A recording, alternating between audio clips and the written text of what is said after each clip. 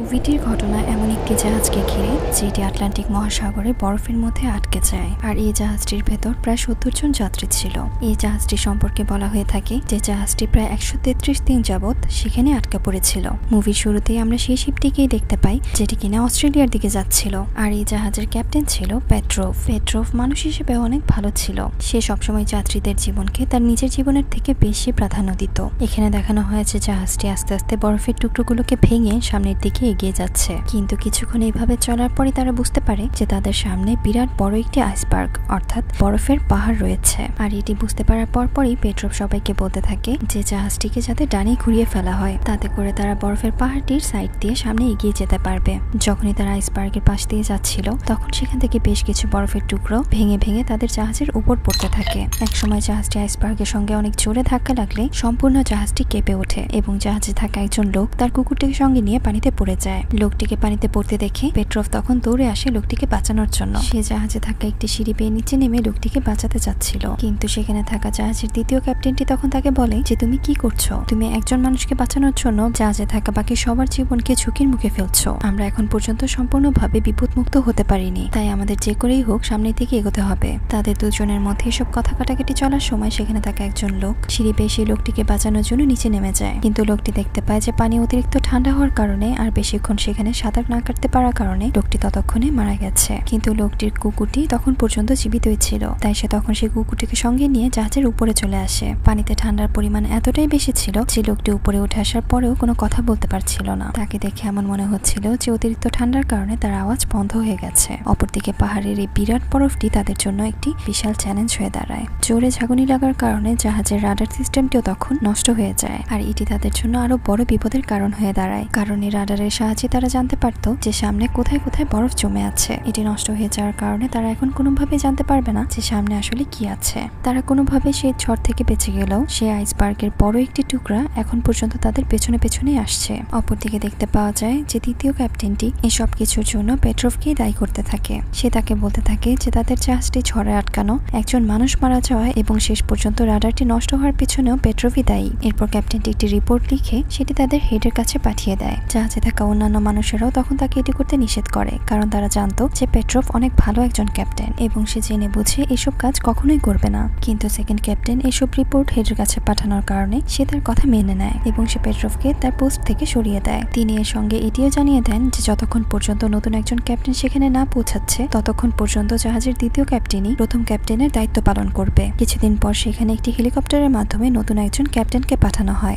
হেলিকপ্টারটি যখন জাহাজের মধ্যে ল্যান্ড করছিল তখন ইঞ্জিনে অতিরিক্ত গরম হয়ে যাওয়ার কারণে পাইলটের গায়ের মধ্যে আগুন লেগে যায়। জাহাজে থাকা অন্যান্য মানুষেরা তখন দৌড়ে এসে তাদেরকে উদ্ধার করে এবং জাহাজের ভেতরে নিয়ে যায়। কিন্তু এত কিছুর পরেও নতুন ক্যাপ্টেনটি পেট্রোভকে ধন্যবাদ না দিয়ে বরং তাকে বেশ কিছু উল্টাপাল্টা কথা শুনিয়ে দেয়। তারা সবাই বুঝতে পেরে যায় যে নতুন ক্যাপ্টেনের আচরণ খুবই খারাপ। ক্যাপ্টেন যখন জাহাজের ভেতরে আসে তখন সে দেখতে পায় যে সেখানে একজন লোক একটি কিউব নিয়ে খেলছে। ক্যাপ্টেন তখন লোকটির কাছ থেকে কিউবটি ছিনিয়ে নেয় এবং সেটি অনেক দূরে ছুঁড়ে ফেলে দেয়। তখনই জাহাজের আশেপাশের দৃশ্য দেখতে পাওয়া যায়, চারপাশ শুধু বরফ আর বরফ দিয়ে ঘেরা ছিল, আর তাদের জাহাজটিও এই বরফের মধ্যে সম্পূর্ণভাবে আটকে গেছে। জাহাজটি কোনোভাবেই সামনের দিকে যেতে পারছিল না, এমনকি পিছনের দিকেও নড়তে পারছিল না। অপরদিকে আমরা মস্কো নামের একটি শহরকে দেখতে পাই, যেখানে পেট্রোভের স্ত্রী, যে কিনা একজন জার্নালিস্ট ছিল, তিনি সেখানকার মিনিস্টারের সঙ্গে কথা বলতে থাকেন। তিনি সবাইকে পেট্রোভকে সাহায্য করতে পাঠানোর জন্য বলতে থাকেন। অপরদিকে জাহাজের সবাই ভিতরে বসে আলোচনা করতে থাকে যে এই ঝড় থেকে কিভাবে মুক্তি পাওয়া যায়। তখন সেখানে থাকা একজন লোক উঠে বলতে থাকে যে আমরা একটি কাজ করলে পারি,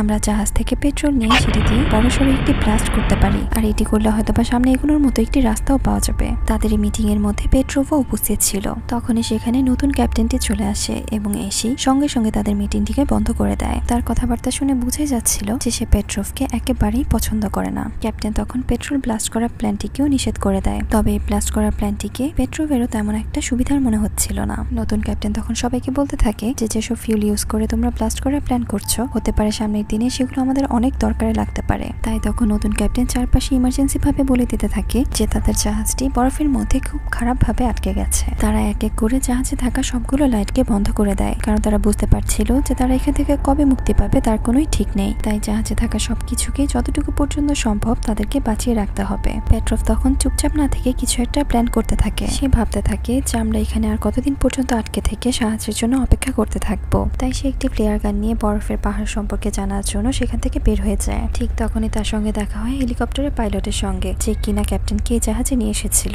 সে তখন পেট্রোভকে বলতে থাকে যে তুমি কোনো চিন্তা করো না, আমি তোমার এই সম্পর্কে কাউকে কিছু বলবো না। পেট্রোভ জাহাজের থেকে নিচে নেমে দেখতে পায় যে পানির উপরে বরফের শক্ত স্তর জমে আছে। পেট্রোভ তখন আরেকটু সামনের দিকে এগুলো দেখতে পায় যে সেখানে একটি কিউব পড়ে আছে, যেটি কিনা জাহাজে থাকা নতুন ক্যাপ্টেন ছুঁড়ে ফেলেছিল। এটি দেখতে দেখতে পেট্রোভ তখন বরফের একটি গর্তের মধ্যে পড়ে যায়। কোনোভাবেই সেখান থেকে বের হতে না পেরে পেট্রোভ তখন তার সঙ্গে থাকা ফ্লেয়ার গানটি ব্যবহার করে। আর দূরে দাঁড়িয়ে থাকা পাইলটও তখন সেটি দেখে ফেলে এবং সে বুঝতে পারে যে পেট্রোভ কোনো বিপদে পড়েছে। তাই সে শিপে থাকা বাকি লোকদেরকে নিয়ে পেট্রোভের জীবন বাঁচানোর জন্য সেদিকে যেতে থাকে। তারা সবাই মিলে পেট্রোভকে উদ্ধার করে সেখান থেকে জাহাজে থাকা ডক্টরের কাছে নিয়ে যায়। পেট্রোভের এই অবস্থা দেখে জাহাজের নতুন ক্যাপ্টেনটি তখন তাকে অনেক বকাঝকা করতে থাকে। পেট্রোভ তখন তাদেরকে বোঝাতে থাকে যে সে খালি হাতে ফিরে আসেনি, সে তার সঙ্গে অনেক ইনফরমেশন নিয়ে এসেছে। সে তখন ক্যাপ্টেনকে বলতে থাকে যে অনেক বড় একটি বরফের টুকরো পেছন থেকে আমাদের দিকে ধেয়ে আসছে, আর এখন সময় মতো যদি কেউ আমাদেরকে বাঁচাতে না আসে তাহলে আমরা এখানেই জমে মারা যাব। ক্যাপ্টেন তখন তাকে বলতে থাকে যে তোমার এসব কথার প্রমাণ কি? পেট্রোভ তখন ক্যাপ্টেনকে তার ছুঁড়ে ফেলা সেই কিউবটি দেখায়। সে ক্যাপ্টেনকে বলতে থাকে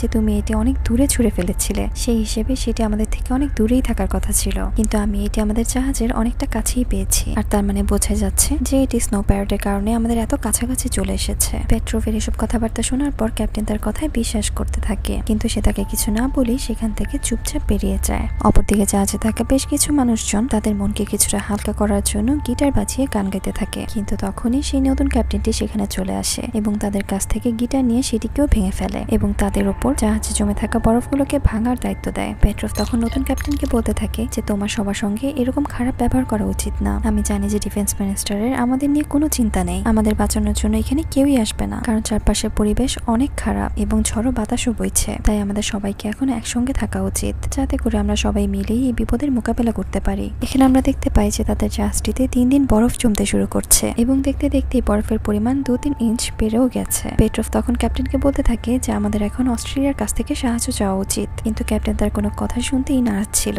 বরফের পরিমাণ বাড়তে বাড়তে একসময় সেটি জাহাজের ভেতরে চলে আসতে থাকে। বরফের কারণে জাহাজের নিচের অংশ ভেঙে সেখানে বেশ কিছু পরিমাণে পানিও চলে আসে, আর এইসব কিছুর কারণে তখন জাহাজে থাকা তাদের সব খাবারও নষ্ট হয়ে যায়, এমনকি তাদের পান করার মতো যথেষ্ট পানিও সেখানে ছিল না। সেখানে থাকা সবাই মিলে তখন সেই গর্তটিকে বন্ধ করে দিলেও তারা কোনোভাবেই পুরোপুরিভাবে বিপদমুক্ত হতে পারে না। জাহাজে থাকা সবার মধ্যে তখন আতঙ্কের সৃষ্টি হয়। তারা ভাবতে থাকে যে হয়তোবা তারা কেউই এখান থেকে বেঁচে ফিরতে পারবে না, কারণ জাহাজের মধ্যে 3 দিন চলার মতোই ফিউল ছিল এবং তাদের যেসব খাবার দাবার ছিল সেগুলোও নষ্ট হয়ে গেছে। খাওয়ার মতো তাদের কাছে এখন কিছুই নেই। এমন পরিস্থিতিতে তখন জাহাজে থাকা দ্বিতীয় ক্যাপ্টেনটি প্রথম ক্যাপ্টেনের নামে বিভিন্ন ধরনের আজেবাজে কথা বলতে থাকে। সে সবাইকে বলতে থাকে যে আমাদের যে করেই হোক ফিউল দিয়ে একটি বড় ব্লাস্ট করতেই হবে। ক্যাপ্টেন যতই নিষেধ করুক না কেন আমাদের এটি না করলে সবাইকে এখানে জমে মরতে হবে। সবাই তখন দ্বিতীয় ক্যাপ্টেনের কথা মতো রেগে গিয়ে প্রথম ক্যাপ্টেনকে একটি রুমের মধ্যে বন্দি করে ফেলে এবং এর পরপরই তারা সবাই মিলে তাদের কাজে নেমে যায়। তারা জাহাজ থেকে 5 ট্যাঙ্ক ফিউল নিয়ে নেয় এবং জাহাজের থেকে কিছুটা দূরে যেয়ে সেটিকে ব্লাস্ট করার জন্য প্ল্যান করে। পেট্রোভও সবাইকে অনেক বোঝানোর চেষ্টা করে যে এমনটা করা ঠিক হচ্ছে না, কিন্তু সেখানে থাকা কেউই তার কোনো কথাই শুনে না। শেষ পর্যন্ত তারা ফিউল দিয়ে বড়সড় একটি ব্লাস্টও করে, কিন্তু তাতে করে কোনোই লাভ হয় না। তাদের প্ল্যানটি একদমই ফেল হয়ে যায়। এসব কিছু দেখার পর জাহাজের থাকা নতুন ক্যাপ্টেন কিছুই বুঝে উঠতে পারছিল না যে সে এখন কি করবে। তাই সে তখন তার ইউনিফর্মটি পরে জাহাজের কিনারে যেয়ে দাঁড়ায় সেখান থেকে সমুদ্রে ঝাঁপ দিয়ে আত্মহত্যা করার জন্য। কিন্তু সে এমন কিছু করার আগে পেট্রোভ সেখানে চলে আসে এবং তাকে বলতে থাকে যে আপনার এই ধরনের কোনো কাজ করা ঠিক না, আমরা সবাই মিলে এই বিপদের মোকাবেলা করব।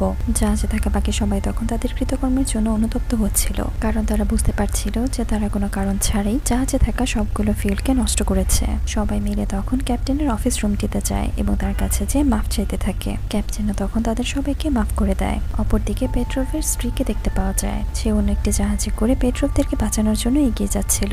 জাহাজটির ভিতর তখন হঠাৎ একজন মানুষ এসে বলতে থাকে যে অনেক বড় একটি তুফান আমাদের দিকে ধেয়ে আসছে। সবাই মিলে তখন বাইরে বেরিয়ে এলে দেখতে পায় যে বরফের স্তরে বড় একটি ফাটল দেখা যাচ্ছে, আর এটি দেখার সঙ্গে সঙ্গে সবাই তখন অনেক ভয় পেয়ে যায়। তারা সবাই তাদের মৃত্যুকে চোখের সামনে পরিষ্কার দেখতে পাচ্ছে। পেট্রোভ তখন বলতে থাকে যে বরফের এই ফাটলের দিক দিয়ে আমরা আমাদের জাহাজটিকে সামনে এগিয়ে নিয়ে যাব, কিন্তু তার কথা শুনে বাকি সবাই বলতে থাকে যে এটি করলে আরো খারাপ কিছু হতে পারে। পেট্রোভ তখন সবাইকে বোঝায় যে না, তেমন কিছুই হবে না। জাহাজের ক্যাপ্টেনও তখন পেট্রোভের কথায় সায় দিতে থাকে, কারণ সে পেট্রোভের যোগ্যতা সম্পর্কে অনেক ভালোভাবেই জানতো। পেট্রোভ তখন বলতে থাকে যে আমি হেলিকপ্টার দিয়ে সামনের দিকে যেয়ে তোমাদেরকে সামনে রাস্তা বলে দিব, কারণ তাদের রাডার অলরেডি খারাপ হয়ে গিয়েছিল। কিন্তু নতুন ক্যাপ্টেন তখন পেট্রোভকে বলতে থাকে যে হেলিকপ্টার করে আমি যেয়ে তোমাদেরকে রাস্তা বলবো, আর আর তুমি সেই হিসেবে তোমার জাহাজটিকে চালিয়ে আসবে, কারণ তোমার জাহাজ সম্পর্কে তুমি সবচেয়ে ভালো জানো। তাদের কথাবার্তা শোনার পর সবারই নতুন করে শক্তি সঞ্চয় হয় এবং যে যার কাজে লেগে পড়ে। নতুন ক্যাপ্টেনটি তখন হেলিকপ্টার দিয়ে যেয়ে তাদেরকে একে একে পথ দেখাতে থাকে। এখানে আমরা দেখতে পাই যে বিশাল জাহাজটি 10 মিটারেরও কম ব্যবধানে প্রায় 100 মিটার উঁচু বরফের খণ্ডটির পাশে দিয়ে চলে যায়, কিন্তু ক্যাপ্টেনের হেলিকপ্টারটি ঘুরে ফিরে সেই বরফের পাহাড়ের আশেপাশেই থাকছিল।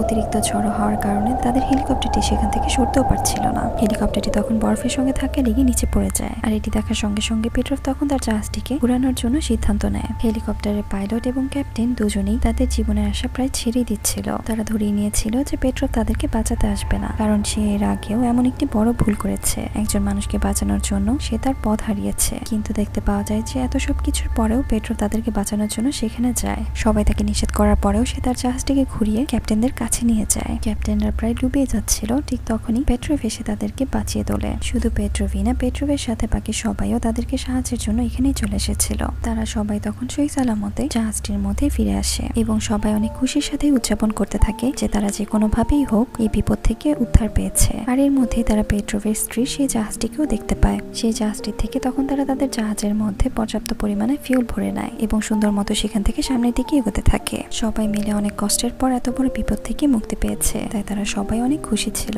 তাদের এই সাহসী কর্মকাণ্ড পরের দিন পত্রিকাতেও ছাপা হয়, যেটি কিনা পেট্রভের স্ত্রী ছাপিয়েছিল, কারণ তারা সবাই অনেক সাহসিকতার সঙ্গে 133 দিন এই জাহাজটির মধ্যে কাটিয়েছে। আর এটির সঙ্গে মুভিটি এখানেই শেষ হয়। ভিডিওটি কেমন লেগেছিল তা আমাদের কমেন্ট করে জানাতে পারেন। দেখা হচ্ছে পরের ভিডিওতে। সবাই ভালো থাকবেন। আল্লাহ হাফেজ।